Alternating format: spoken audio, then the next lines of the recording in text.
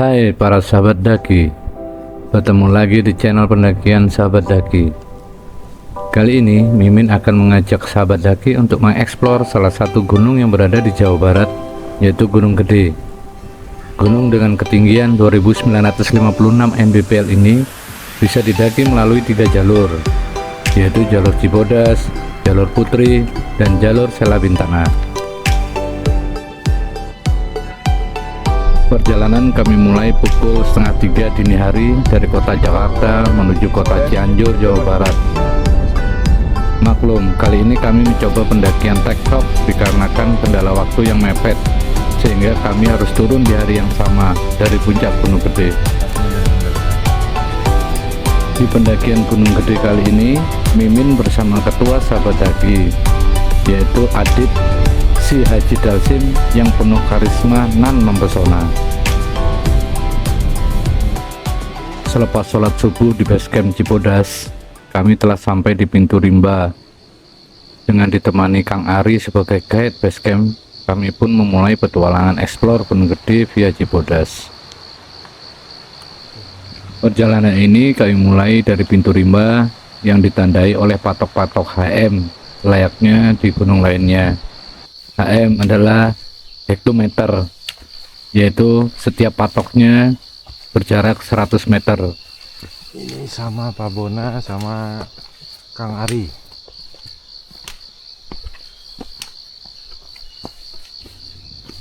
Trek awal dimulai dari jalur berbatu dan akar perpohonan yang sangat mendominasi. Vegetasi hujan lebat mulai menyambut kami, dan subuh itu terasalah dingin di badan. Sedingin sikap ketua pada saat anggota sahabat daki minta jadwal pendakian. Nanti teman-teman Banjarmasin hubungi Kang Ari. Explore Cibodas. Ya. Selama dalam perjalanan melewati jalur Cibodas ini, Kang Ari pemandu kami cukup sabar melayani pertanyaan-pertanyaan receh yang kami lontarkan sepanjang perjalanan. Beliau sudah berpengalaman memandu para pendaki yang ingin ke puncak Gunung Gede maupun ke Gunung Pangrango. Sebenarnya di rencana awal, Mimin ragu melakukan pendakian tektok ke Gunung Gede kali ini. Bukannya apa, dikarenakan Mimin merasa sangat terburu-buru dengan waktu yang cukup mepet. Tapi ya tak apalah, demi menebus rasa penasaran ketua sahabat daki. Mimin kan temani sampai mana kuatnya raga ini melangkah. Demi menghibur para sahabat daki juga. Wakaya, hehehe.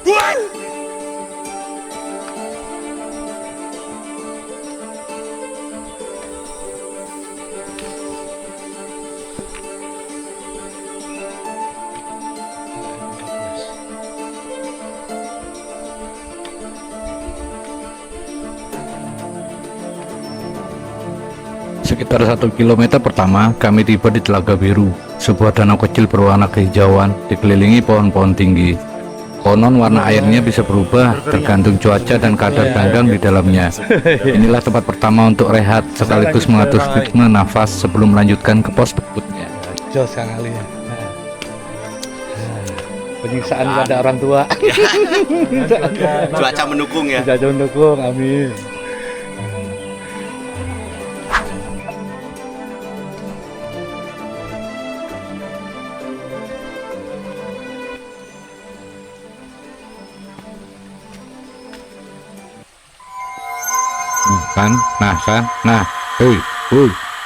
Aduh, maaf ya guys, tadi iklan lewat.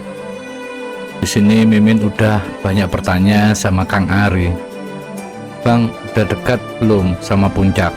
Padahal itu baru pemanasan bro, masih panjang jalannya, lebih panjang dari cat mantan yang gak dibales.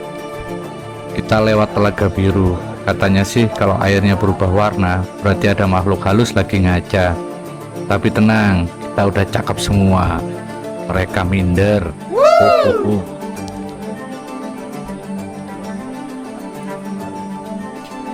Dari Telaga Biru kami pun lanjut berjalan. Suara gemericik air membuat kami makin bersemangat untuk terus mengeksplor tipis-tipis hutan tropis ini.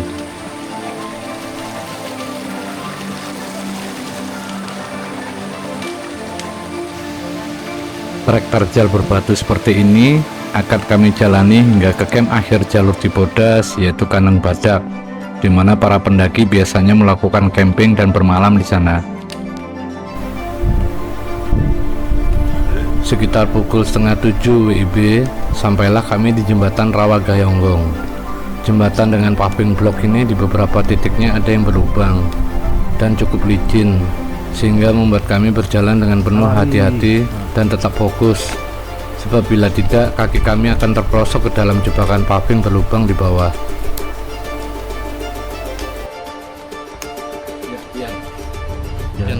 Di kanan kiri vegetasi masih cukup rindang dan lebat. Perjalanan pagi itu diliputi cuaca mendung, namun kabut masih belum turun. Beda halnya dengan HR Mimin yang perlahan naik.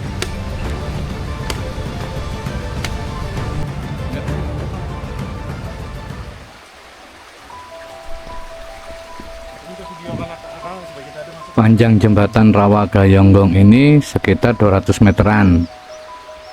Meskipun landai, namun trek licin di jembatan ini jadi godaan tersendiri bagi Mimin, seperti licinnya mulut wakil rakyat saat kampanye. Di trek ini bisa dilihat beberapa paving blok telah lapuk dan berlubang, jadi Mimin harus tetap fokus meski sambil bawa kamera.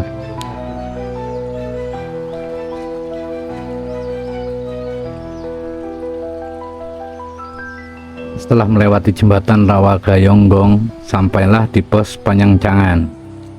Mimin dan ketua masih bersemangat berjalan di trek bebatuan Cibodas ini, meskipun kerap kami lambaikan tangan ke Kang Ari buat istirahat sambil nyebat.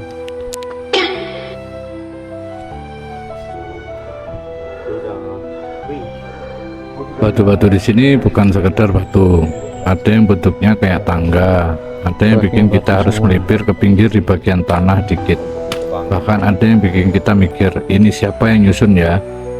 Kalau Kak Ari bilang sih warga juga. Waduh, seru juga ya, mungkin mereka sengaja nyusun dari batu-batu yang memang sudah ada di jalur bekas letusan Gunung Gede di zaman dulu, Pak. Jembatan Rawa Denok 2.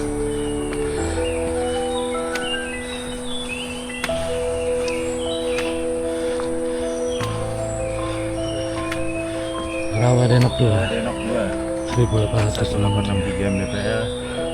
Perjalanan 2 jam 23 menit di ketinggian tadi. Sip, ketua.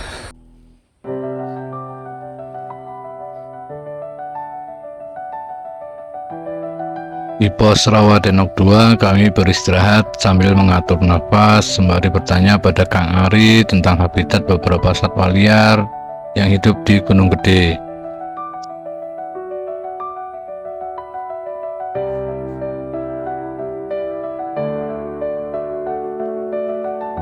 Saat kami asik ngobrol, datanglah seekor burung dengan warna gelap yang kami sangkakan itu adalah burung jalak.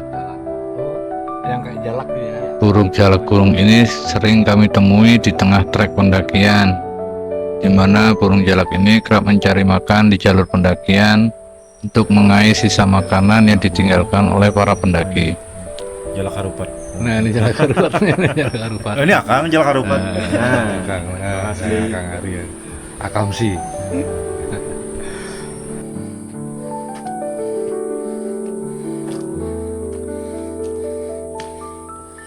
Batu kukus 1. Kami udah hampir 3 jam berjalan di jalur Cibodas ini, dan yang paling seru, jalur ini bukan cuma soal tanjakan, tapi soal cerita, soal ketawa, soal ngeluh bareng tapi tetap jalan. Ya, karena naik gunung itu bukan tentang cepet-cepetan nyampai, tapi tentang nikmati tiap langkah, termasuk langkah yang bikin dengkul nyari alasan buat pensiun. Tapi disinilah enaknya jalur Cibodas. Capek sih iya, tapi kebayar banget sama vibesnya. Hutan tropis yang kayak latar film-film studio Ghibli. Tinggal ada kodok bisa ngomong, lengkap sudah.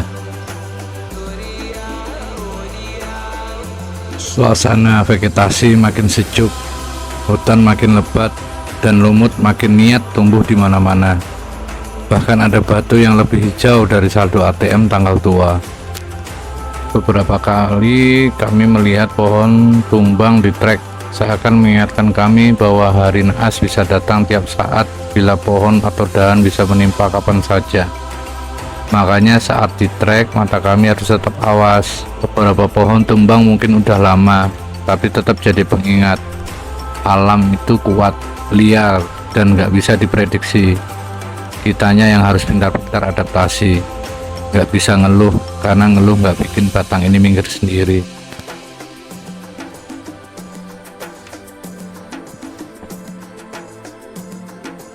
Akhirnya kami sampai juga di Batu Kukus 2 dan berlanjut ke Batu Kukus 3, tempat di mana oksigen mulai terasa jadi barang langka dan dengkul mulai ngambek minta cuti. Batu Kukus 2 dan 3 ini jadi semacam checkpoint sabar. Kalau udah sampai di sini artinya mentalmu udah naik level. Napas ngos-ngosan, biasa, tapi hati makin kuat dan semangat makin keisi. Jangan salah ya, meskipun namanya Batu Kukus, di sini nggak ada bakpao atau siomay. Yang ada cuma batu gede, tanjakan sadis, dan uap dari kepala yang mulai overheat. Baru juga lewat Batu Kukus 3, napas belum balik normal. Tiba-tiba ada tamu spesial nongol di atas pohon. Bukan pendaki nyasar sih, tapi lutung Jawa, si penghuni asli hutan Gunung Gede.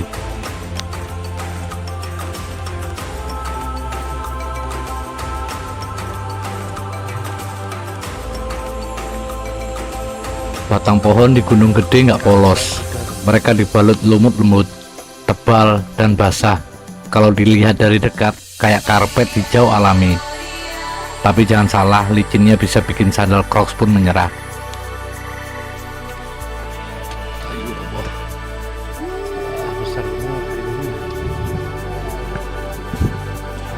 Vegetasi di sini subur banget, pakis, lumut, jamur kecil sampai akar-akar yang menjuntai.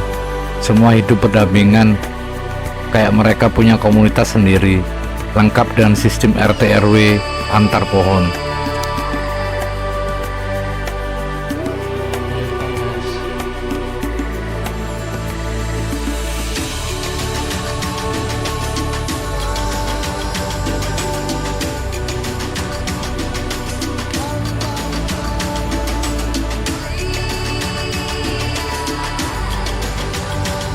Panas, pukul lanjutkan.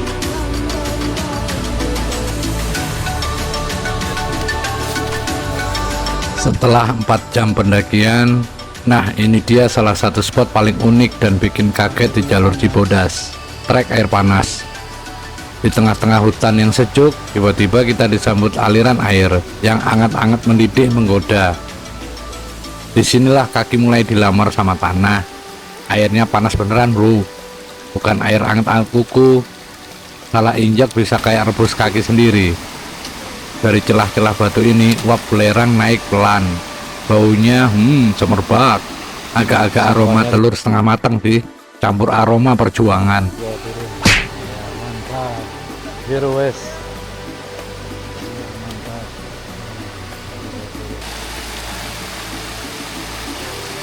Trek ini bukan buat lari-larian ya, jalannya licin, airnya panas, dan batunya kadang suka ngasih kejutan. Jadi langkah harus pelan, tatapan fokus, dan jangan sok gaya, karena gaya dikit bisa jadi tumit ketampar realita. Bagi Mimin jujur aja, ini spot favorit Mimin, karena rasanya kayak bonus spa alami di tengah pendakian. Lumayan, kaki udah gempor, dikasih rendaman air panas gratis, walau resikonya ya agak gimana gitu. Mimin di sini ngerasa asik dan ikonik banget vibes-nya, sampai-sampai Mimin record spot ini agak panjangan dikit, dan resikonya adalah terpleset di jalur air panas di atas batuan licin. Ya untungnya kamera nggak apa-apa sih. Airnya anget. Airnya anget. Hangat. Sangat pelukan gini tuh. Jambu.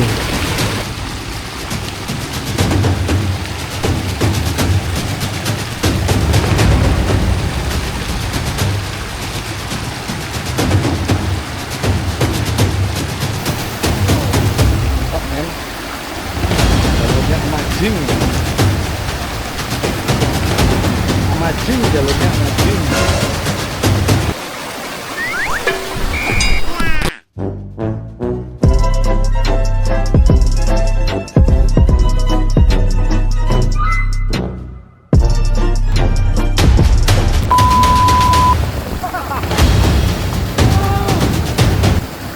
Ya nasib, karena di sini batu bisa berubah fungsi jadi arena seluncur alami. Salah geser dikit bukan cuma kaki yang nyelonong, harga diri juga ikut meluncur ke jurang penyesalan.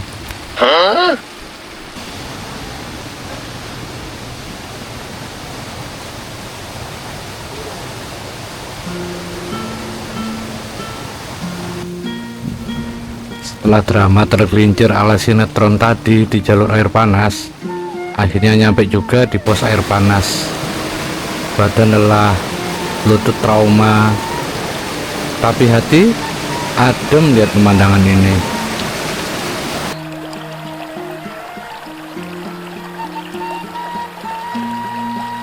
View-nya kayak di alam mimpi, air terjun air panas, uap naik pelan-pelan, dan suara gemericik yang bikin kita lupa tadi sempat sliding kayak kerupuk nyemplung minyak.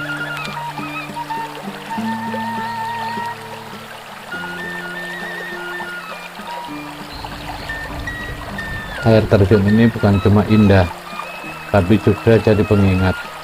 Kadang jalan hidup memang licin, kadang bikin jatuh, tapi ujungnya selalu ada tempat buat berhenti, tarik napas, dan lihat betapa indah prosesnya.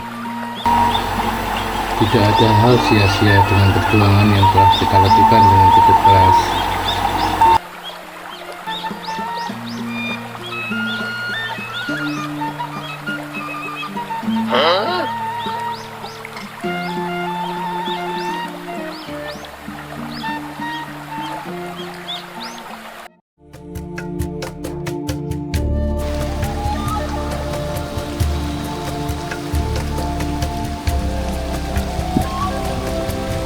Setelah beristirahat manja di pos air panas dengan pemandangan air terjun yang bikin lupa tadi sempat jatuh, sekarang waktunya bangkit lagi. Bukan cuma bangkit dari duduk, tapi juga dari rasa malas yang mulai nempel di lutut.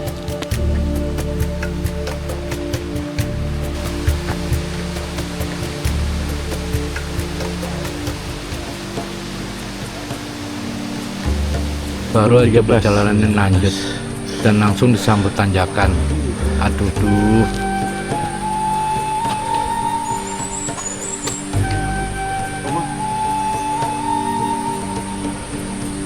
Bener-bener nih gunung nggak ada basa-basinya.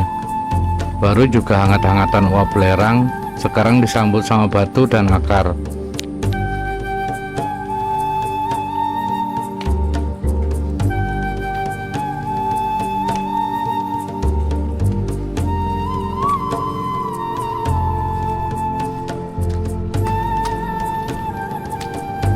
Tapi ya begitulah, perjalanan harus tetap dilanjutkan.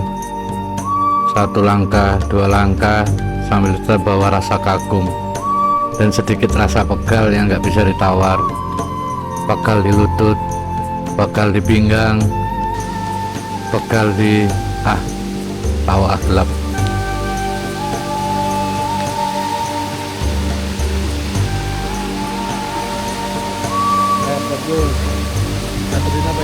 Melihat air terjun Ciberem, airnya jatuh kayak nggak ada beban hidup. Sementara aku, ketua, bebannya lengkap. Lutut bergetar, kepala pusing, perut mulai berontak.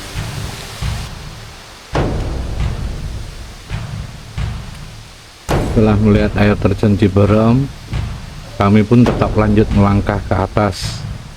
Setiap langkah rasanya kayak bawa karung beras. Betis mulai kenceng, paha nyut-nyutan, dan dengkul udah mulai kirim sinyal minta pensiun dini. Mulut pun mulai aktif. Kok belum sampai, bos? Aduh, kapan nih sampainya? Katanya bentar lagi. Tadi sih katanya trek landai, tapi ini sih landai versi bohong.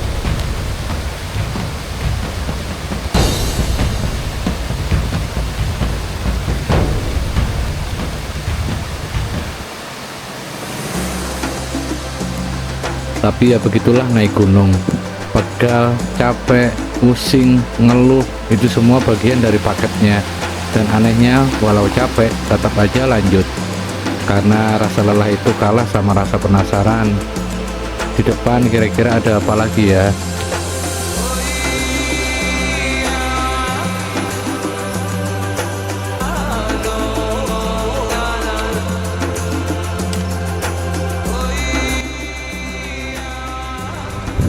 Di trek ini rasanya kayak masuk ke lorong waktu. Setiap langkah pelan seolah menjauhkan kita dari dunia luar dan makin dekat sama alam yang sesungguhnya, alam hutan tropis.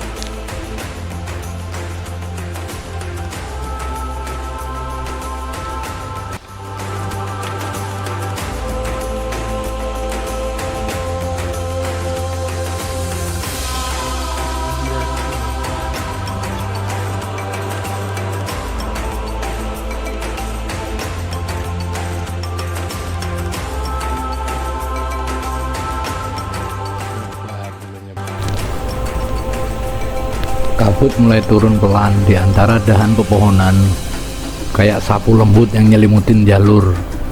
Langkah makin pelan, bukan cuma karena capek, tapi juga karena suasananya bikin kita segan dan kagum. Treknya saudara, makin menanjak.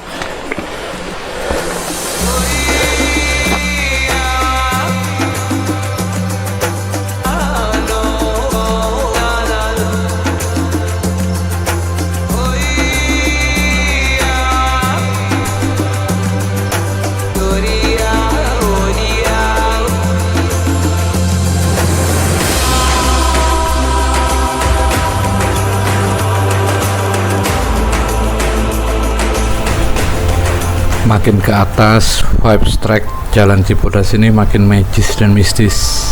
Kita masuk ke lorong alam hutan tropis yang bikin kagum pikiran. Tempat dimana lumut, batu, akar, pepohonan, dan kabut jadi satu suasana rasa yang gak bisa diungkapkan. Cuma bisa dirasakan sahdunya aura hutan ini.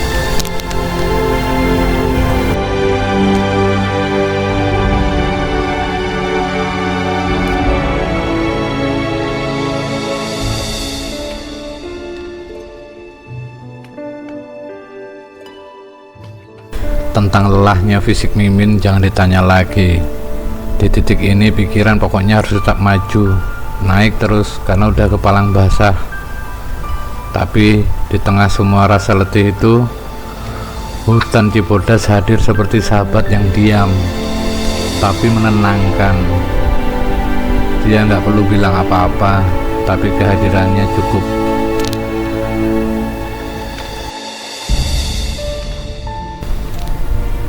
Itulah anehnya, ketika tubuh sudah mulai menyerah, hutan justru memberikan semangat.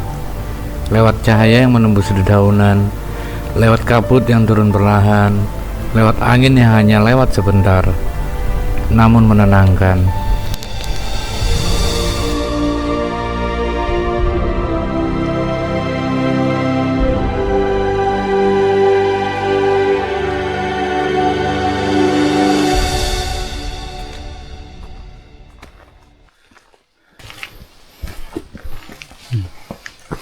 Kandang badak 2391. Dan akhirnya kami sampai juga di kandang badak 1118. ya. Di titik inilah pendaki biasanya melakukan camp sebelum summit, tapi kami berdua harus lanjut terus karena kami tektok. Di pos kandang badak inilah pikiran Mimin bergejolak, mikir keras karena semua soal kesiapan fisik dan mental untuk melanjutkan perjalanan naik lagi. Dan Mimin nanya ke diri sendiri, aku lanjut ke puncak atau buka warung di sini sambil nunggu ketua balik dari puncak. Sikon sangat rumit bagi Mimin karena jalur buat balik ke base camp jalur Cibodas lumayan jauh. Jadi Mimin putuskan untuk lanjut hingga summit puncak gede meskipun dengan langkah kura-kura.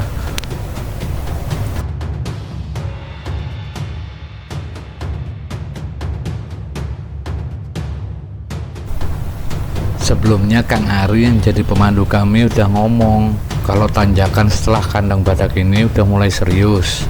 Aduh, emang yang tuh tadi nggak serius Kang? Katanya sih tinggal sedikit lagi.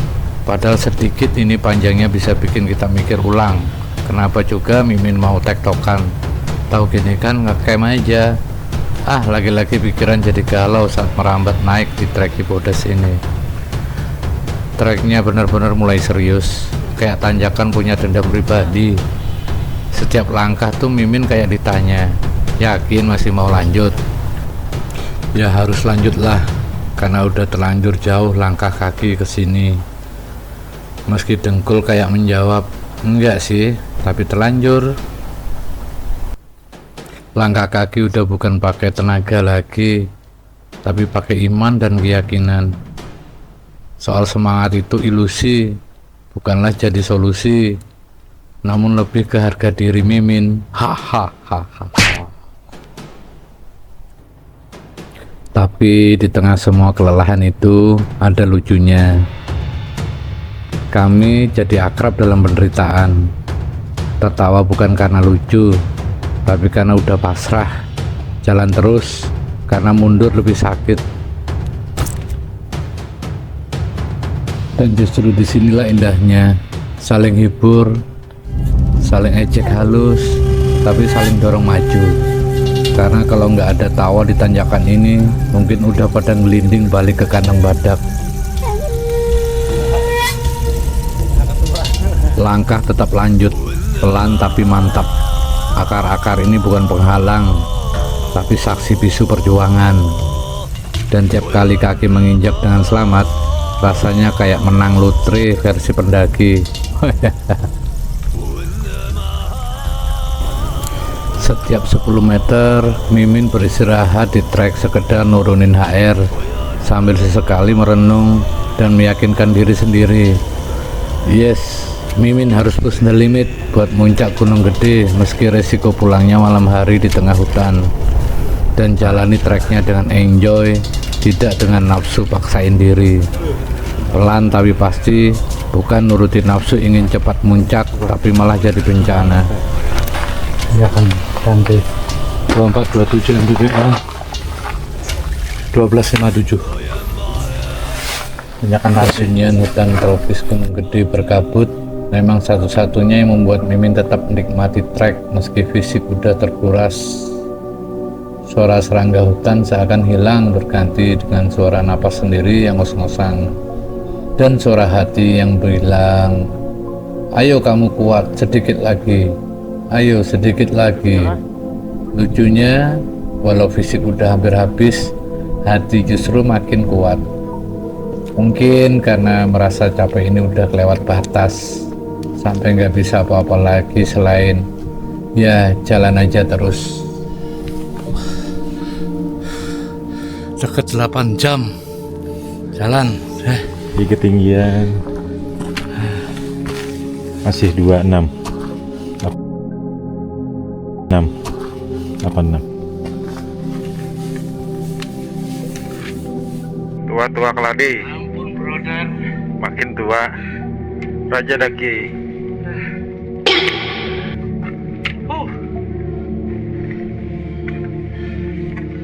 untung Kang Ari paham aja temponya. Nah ini Kang Ari, jangan nyemangatin. Nih jalur penyesalan di sini terakhir. Tanjakan penyesalan ya. Iya. Aduh, benar-benar menyesal.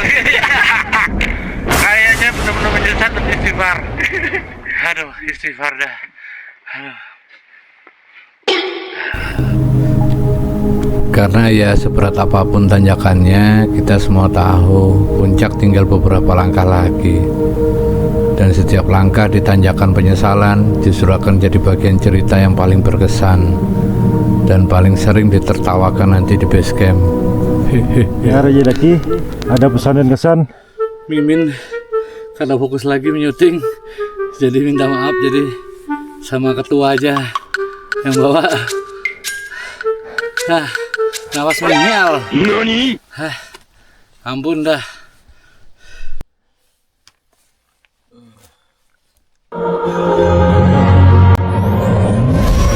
Aku berlutut? Tidak akan.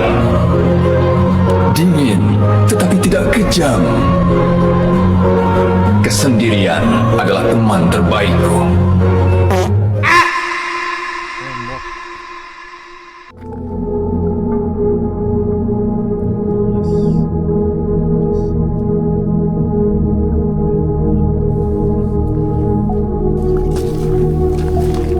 Setelah tanjakan terakhir yang bikin dengkul goyah dan iman terguncang, akhirnya kami melangkah di jalur puncak.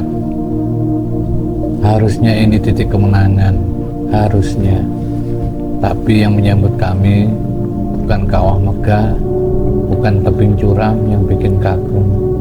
Yang datang justru tembok putih kabut tebal seperti kertas, seperti harapan yang tertunda. Perjuangan dan setengah penyesalan.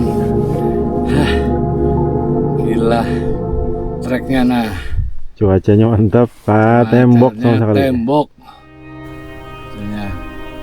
Puncak Gunung Gede hari itu benar-benar misterius. Kayaknya dia lagi ngambek dan nggak pengen dilihat.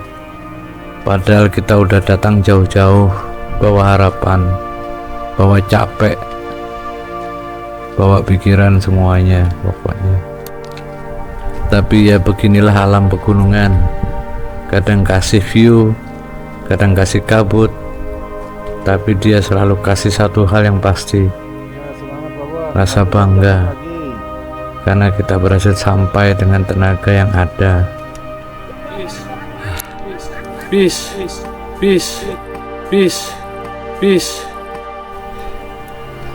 Yang pasti untuk pendakian kali ini sungguh mengesankan dan cukup bisa menjadikan banyak pengalaman bagi Mimin dan bagi ketua. Gede lagi. Nah, itu Ada tanjakan lagi kita. Puncak gede. Karena kegampangan disinilah prosesnya lah. Ya, karena perjuangan itu kan selalu indah. Iya. Nah kayak ini banget tembok. Dan mungkin justru kabut ini yang ngajarin kita sesuatu, bahwa tujuan itu bukan soal pemandangan, tapi soal perjalanan, tentang siapa yang kita ajak, dan berapa kali kita hampir menyerah tapi tetap lanjut naik. Never give up for everything we do.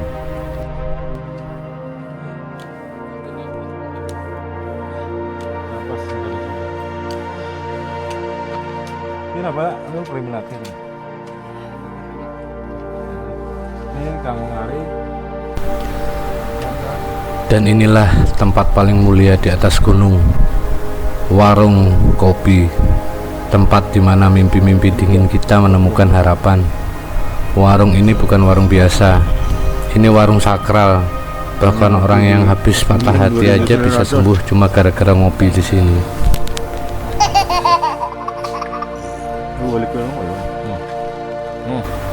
Di ketinggian puncak gede, yang mewah bukan fasilitas, tapi rasa cukup, rasa bahagia, dan rasa kebersamaan. Itu sudah lebih dari cukup bagi kami. Pemain muka lama ternyata. Hawa dingin memaksa kami lebih dekat, saling menghangatkan dengan canda. Bukan hanya dengan jaket, tapi dengan obrolan, canda, dan rasa syukur. Warung Bang Dede atau warung Bang Apip? Ini Bang Dedenya ya? Bukan, Bang Dedenya nggak ada. Ini Bang Apip? Bukan, Bukan juga? Bang siapa nih? Bang Samir. Bang Samir.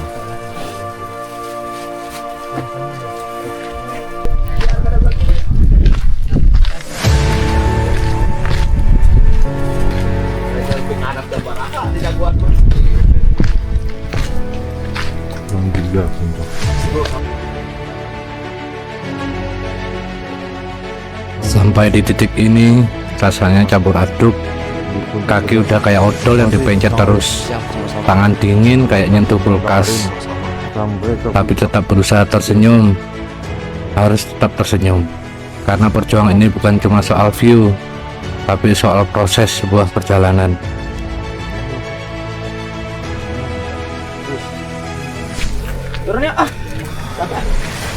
Foto dulu. Akhirnya foto dulu. Robert udah semua. Puncak gede.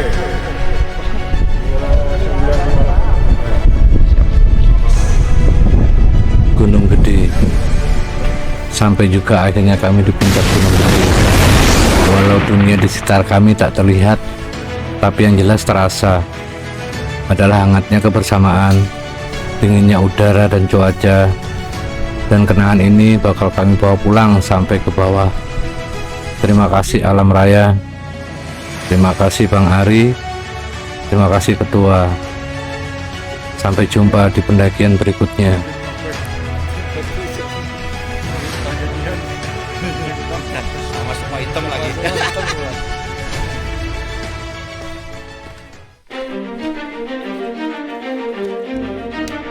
Setelah mengabadikan momen di puncak, kami bergegas turun melewati jalur yang berbeda, yaitu jalur Putri. Karena jarak turun yang relatif pendek dibanding jalur sebelumnya, yaitu jalur Cibodas. Dengan sisa tenaga yang ada, pikiran Mimin pokoknya harus turun dengan aman dan tepat waktu di base camp, meskipun harus menembus hutan di tengah malam. Ya, itulah salah satu resiko pendakian tektok. Pendakian diharapkan dapat menyesuaikan dan mengatur ritme waktu perjalanan dengan keadaan fisik si pendaki sendiri. Setiap momen sangat berharga, sehingga beristirahat di trek saat pulang tidak boleh terlalu lama. Karena makin lama beristirahat, makin malam juga sampainya di bawah.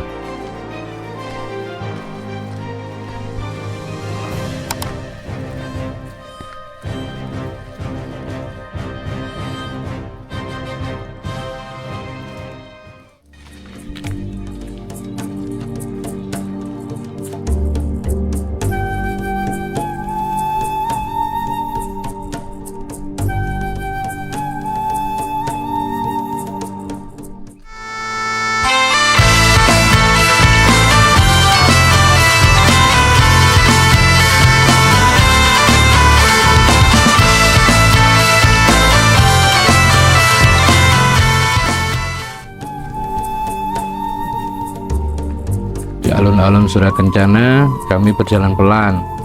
Terkadang tak bicara, karena alam punya cara sendiri untuk membuat kita diam dan mendengarkan suara angin, dedaunan yang bersentuhan, dan langkah yang menyatu dengan tanah. Disinilah kami tersadar bahwa gunung tak melulu hanya tentang puncaknya, tapi tentang setiap langkah turun yang membuka pemandangan baru, dan setiap momen kecil yang tersisa rasa besar di hati. Alun-alun Surya Kencana, tempat di mana pegal dilawan dengan keindahan, tempat di mana pendaki jadi puitis dadakan, dan tempat di mana isi story Instagram naik drastis. Hohoi.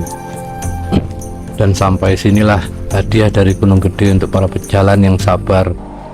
Alun-alun Surya Kencana, hamparan padang luas, udara segar, dan bunga abadi yang tumbuh tenang di tengah kesunyian. Edelweiss. Bunga Edelweiss berdiri tegak seperti penjaga sunyi yang sudah lama tinggal di sini. Dia tidak bisa dipetik, tidak boleh dibawa pulang, karena keindahan sejati cukup dilihat dan dikenang.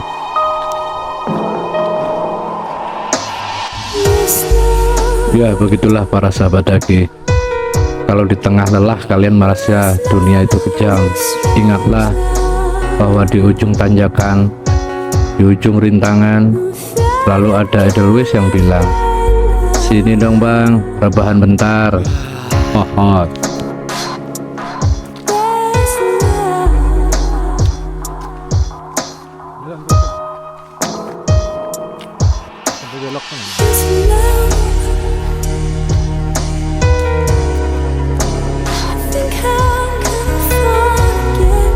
Sampai juga kami di ujung Surya Kencana Timur, tempat di mana para pendaki serasa menemui oase kembali di tengah encok pinggang dan rasa kantuk yang sangat. Tempat di mana kopi dan mie instan terasa lebih mahal dari sekedar cinta. Dan tempat terakhir buat istirahat sebelum dengkul dipaksa kerja lembur lewat jalur putri. Jangan lupa istirahat, minum, dan siapin mental, karena turun itu bukan akhir, tapi awal dari dramatis selanjutnya.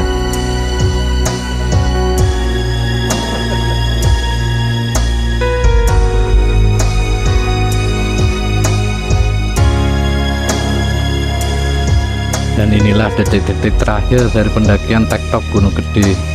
Malam telah turun, tenaga udah naik ke langit, dan lutut tinggal menunggu keputusan akhir, bertahan atau pensiun dini dari pendakian. Terima kasih untuk para sahabat daki udah nonton video kami sampai akhir. Mohon maaf atas segala kekurangan informasi di dokumentasi kali ini. Pendakian kali ini bawa banyak cerita, tertawa, ngos-ngosan, hampir nyerah, dan tentunya drama lutut yang masih berlanjut. Tapi satu hal yang pasti, kita naik bareng, turun bareng, dan sekarang ngeluh bareng.